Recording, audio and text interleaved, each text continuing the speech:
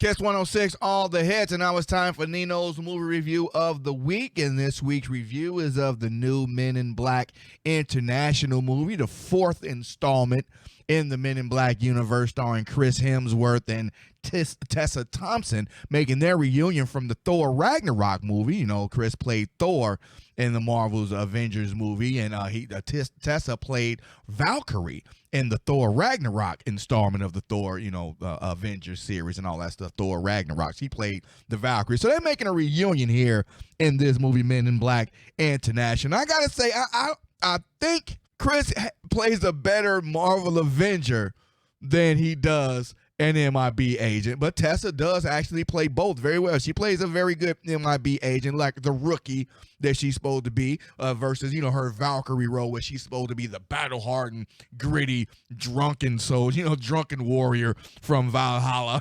But, they make a return in this movie together, and it starts off, I guess you would say Tessa, when she's a little girl, movie opens up, she's a little girl, she sees her parents outside getting accosted, getting interviewed by some Men in Black agents, who are on the chase from some alien that has crashed on the planet again, and it turns out to be a little guy who sneaks his way up into Tessa's room, and as she's watching her parents get neuralized, they tell the MiB agent that she's just upstairs sleeping. So for some reason, they don't go upstairs to check on, little M.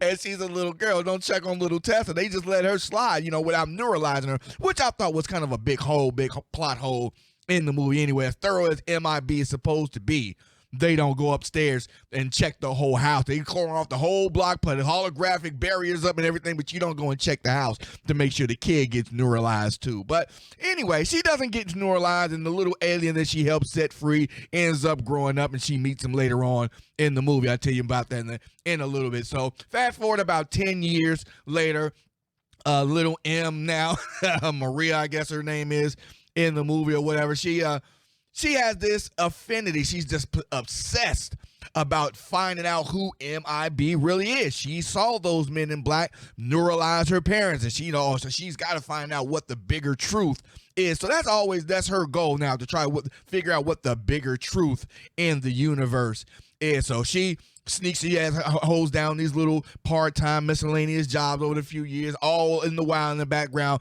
trying to collect any bit of information she can about anything abnormal that the Men in Black might be a part of, till she actually catches them at one crime scene, I guess one alien landing, unauthorized alien landing, area, and she crosses over the barrier and everything and ends up witnessing MiB in the act and trails them all the way back into, MiB headquarters in New York, and she calls herself trying to sneak in, but ends up getting caught by, I guess, the head MiB agent, female MiB head of New York, the New York branch, and says, okay, well, since you want to be in so bad, you got to pass these tests. We'll give you the rookie test, same way they did Will Smith when he chased down the alien and they ended up recruiting him because he was the only one fast enough to chase this alien down or whatever. So they recruit her the same way. So you'll see there's a lot of double overtones from like the first Men in Black movie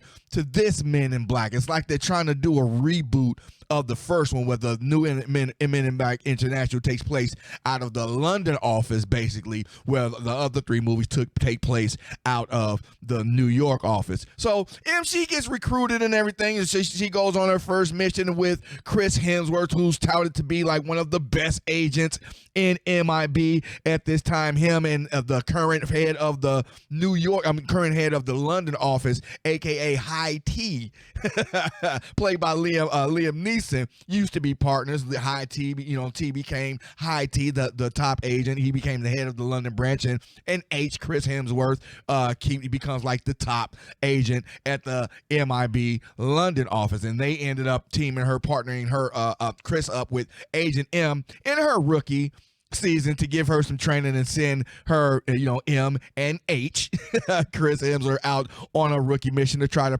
get some information from this space royalty guy, about some kind of impending invasion or whatever, replaying that whole impending doom scenario all over again. So Chris, he's now kind of like this laid back, nonchalant agent. He knows he just has everything under control. He's kind of, real aloof to everything. People are saying he's not the same agent he was when he saved the universe all those years ago with High T, but he's kind of resting on his laurels and sleeping at his desk and everything, that kind of stuff. So when they go into the bar to try to meet this old friend of H, who just happens to be like space royalty, they get ambushed by these like space morphs, these shapeshifters from space who want once again a secret weapon that's been held and been hidden on Earth, aka the same kind of scenario that was in Men in Black, Men in Black 2, and they want the weapon that's being hidden on Earth.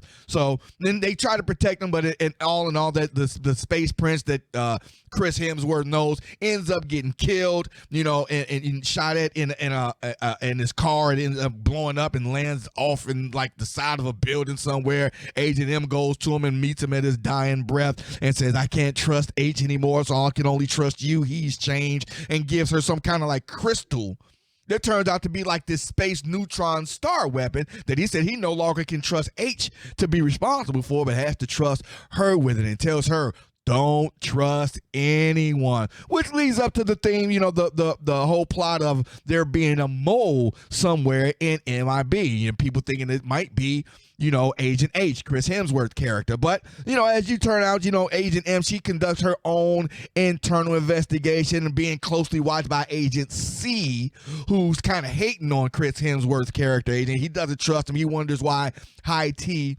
always covers for him in all his little disasters and all his little goof up on his missions, just because he had that one mission where they saved the world in France. That's kind of like the recurring joke where they saved the world with their little trusty reverberators or whatever they called the weapons, and it was like the running joke of it. But you come to find out that it didn't really happen the way that people think it happened, and you kind of find out there's a mole, and you're trying to figure out who the mole is, and I'm not going to spoil it for you who the mole is, but this is where it starts to get interesting. Chris Hemsworth character of being that, the total best MiB agent in the London office turns out to be like a total illusion. It was made up. What he thought happened never happened, and they come to find out, it was a good idea why he wasn't giving that crystal to hold. Then you got this space arms dealer that comes out and wants the crystal as well, and you come to find out that Chris Hemsworth has had some kind of romantic relationship with this arms dealer. He was sent to try to investigate her,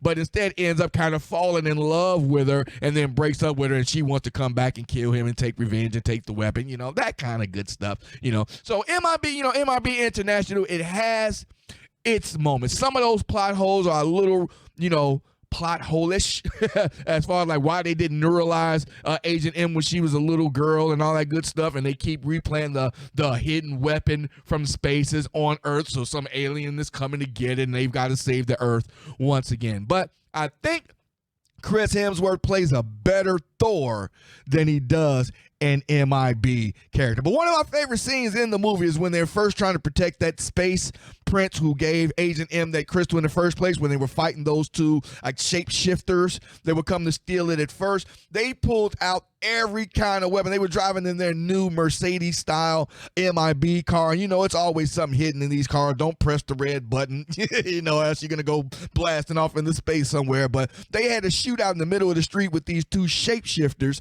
and they were like, all right, pull out the rear view mirror. All right, pull out the exhaust pipe. Pull out that door handle. And they would just, each one of these pieces were turning into different kinds of upgradable weapons. If the hubcap gun didn't kill them, then they pulled out the exhaust pipe gun and turned and shot him. That didn't kill him, so they pulled out the rear view mirror gun. That didn't kill him, so they ended up pulling out some kind of engine block gun.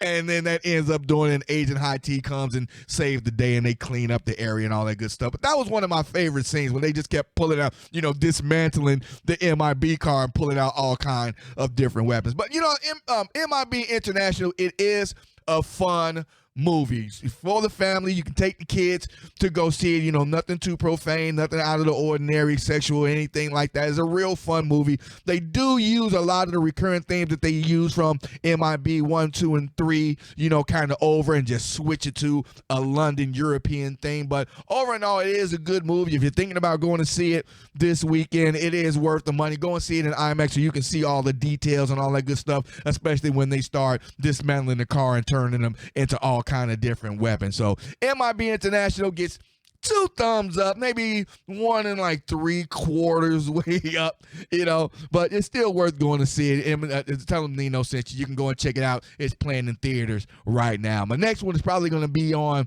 Shazam, but I'll let you know.